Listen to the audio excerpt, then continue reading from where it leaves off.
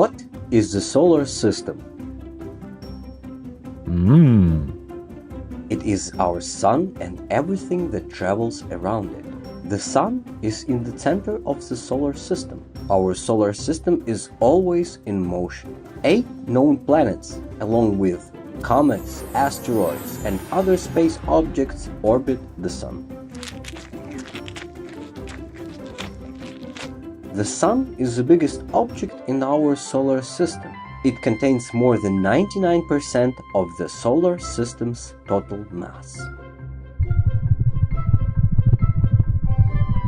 Nearest the sun are 4 fairly small rocky planets: Mercury, Venus, Earth, and Mars. On the far side of the asteroid belt are the 4 gas giants: Jupiter, Saturn, Uranus, and Neptune. These planets are much bigger than Earth, but very lightweight for their size. They are mostly made of hydrogen and helium. Until recently, the furthest known planet was an icy world called Pluto.